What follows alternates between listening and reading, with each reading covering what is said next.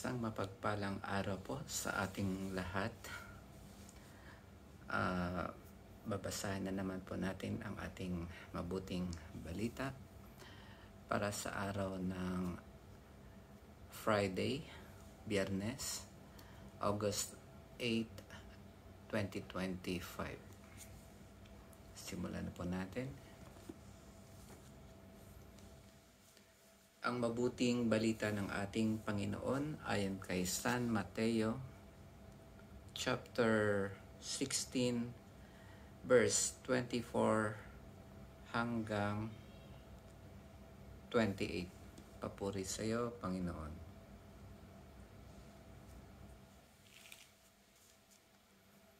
Sinabi ni Jesus sa kanyang mga alagad, "Kung ibig ninumang sumunod sa akin, limutin niya ang ukol sa kanyang sarili, pasanin ang kanyang krus at sumunod sa akin. Ang naghahangad na maligtas ng kanyang buhay ay siyang mawawala nito. Ngunit ang mag-alay ng kanyang buhay alang-alang sa akin ay siyang magkakamit noon." Ano nga ang mapapala ng isang tao? Makamtan man niya ang buong daigdig kung ang katumbas naman nito'y ang kanyang buhay. Ano ang maibabayad ng tao para mabalik sa kanya ang kanyang buhay? Sapagkat darating ang anak ng tao, nataglay ang dakilang kapangyarihan ng kanyang ama at kasama ang kanyang mga anghel. Sa panahong yaoy, gagantihin niya ang bawat tao ayon sa kanyang ginawa.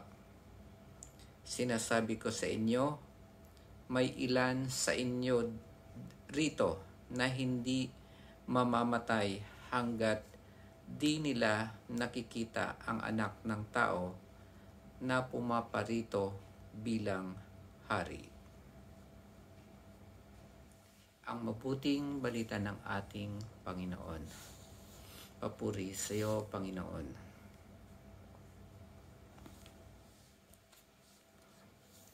Yung panghuli po nating binasa na may ilan sa inyo rito na hindi mamamatay hanggat di nila nakikita ang anak ng tao na pumaparito bilang hari. Kung maalala natin nung nakaraan na yung mabuting balita na binasa natin, sila Pedro, Juan at Santiago ay nakita ang ating Panginoon na yung tinatawag na transfiguration, na nandun si Moises, si Elias, at nakita naman natin ang kaluwalhatian ng ating Panginoon. Malamang ito yung sinasabi na makikita nila si Jesus sa kanyang kaluwalhatian, kaningningan. Ang ating mabuting balita sa araw na ito ay tungkol sa pagiging alagad at pagpasad ng kanya-kanyang cross natin sa buhay. Ano ba yung cross natin sa buhay? Ito ay hindi natin siguro maiiwasan sa ating buhay. Katulad ni Jesus na kailangan niyang dumaan sa paghihirap pagkatapos namatay sa cross at pagkatapos nun ay muling nabuhay. Tayo din naman siguro ay dadaan din sa ganong proseso. Habang nandito tayo sa mundong ibabaw, ganun din ang dadanasin natin. Magkakaroon tayo ng paghihirap, pagsubok, tayo ay mamamatay at tayo ay muling mabubuhay sa huling araw. Kaya ano-ano ba yung mga pagsubok na nararanasan natin? Maraming pagsubok sa buhay, lalo na yung mga problema natin sa ating pamilya, sa ating kaibigan, sa ating mga katrabaho. Yun yung mga pagsubok, mga cross natin sa buhay natin. Ganon din naman yung mga pagsubok na yung tinatawag nating tukso sa ating buhay na nahihirapan tayong iwasan yung mga bagay na yun. Yun yung mga bagay na tayo ay mahina at madali tayong madala. Isa rin sa mga pagsubok yun at cross natin sa buhay. Meron namang mga pagsubok na hindi natin nais at dumarating sa atin at wala tayong magagawa. Katulad na lamang kapag nagkakaroon tayo ng mga sakit o kaya yung mas malala ay yung cancer na nakamamatay at talagang hindi natin gusto. Pero ito yung mga pagsubok na kailangan pa rin nating tanggapin sa in spite dun sa mga kahit ayaw natin na tanggapin. Kaya nga itong cross ay sinasabi ng Panginoon na mayroon siyang gantimpala sa hinaharap. At hindi naman tayo bibigyan ng Panginoon ng cross na hindi natin makakaya. Mayroon nga sinasabi doon na, "Come to me who are weary, and I will give you rest. Take my yoke, for I am gentle." So, yun ang naaalala ko na hindi niya tayo bibigyan ng yoke or pamatok ba yun ang tawag doon na hindi natin kakayanin. At kung tutuusin yung mga paghihirap natin ay pwede nating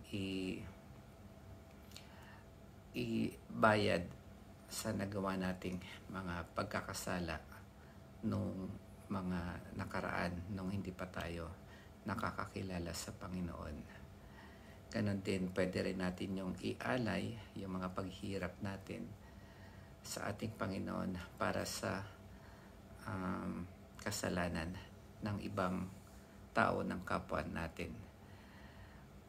Kapag inaalay natin ang ating mga paghihirap sa kanila, nagiging kaisa natin si Kristo sa kanyang paghihirap noon sa krus. Kumbaga, kung naghirap si Jesus at yung paghihirap natin ngayon ay itinataas natin sa ating Panginoon, tayo ay nagiging kaisa at parang kasama na rin tayong ipinako doon sa krus nung mamatay ang ating Panginoong Jesus. At tayo naging kaisa para sa kaligtasan ng buong tao. Siguro maiisip natin na kapag tinanggap na natin ang ating Panginoon ay nandun na yung salvation na tinatawag, yung kaligtasan, at wala na tayong dapat pang gawin pa. Totoo naman yun at totoo nga na pinatawad tayo ng ating Panginoon sa ating mga kasalanan. Tinubos niya tayo doon. Pero ang mga epekto ng ating kasalanan sa ating kapwa at sa ating sarili at sa ating Panginoon ay kailangan nating pagbayaran. Meron siyang epekto. Katulad na lamang kapag nabasag mo ang salamin o bintana ng kapitbahay mo, ang pwede nating gawin doon ay humingi tayo ng patawad sa ating kapitbahay, pagkatapos ay bayaran ang nabasag na bintana or yung salamin or yung window. Parang ganun din naman, pinatawad tayo ng kapitbahay natin pero kailangan pa rin nating bayaran ang nasira nating bintana or window. Sa atin namang buhay na spiritual, ganun din. Tayo ay pinatawad ng ating Panginoon sa ating mga pagkakasala sa pamamagitan ng kanyang pagkamatay sa krus. Pero ang epekto ng ating mga nagawang kasalanan ay kailangan nating pagbayaran. Kaya yung mga paghihirap o yung cross na nararanasan natin sa ating buhay ay pwede nating ialay yun para sa pagbabayad sa ating mga nagawang kasalanan. At pwede rin nating ialay yun para sa ating mga kapwa sa kanilang mga sa mga epekto ng nagawa nilang kasalanan. Yun lamang mga kapatid, at sana ay meron kayong napulot sa ating munting reflection sa ating mabuting balita sa araw na ito. Maraming salamat at pagpalain kayo lahat. Amen.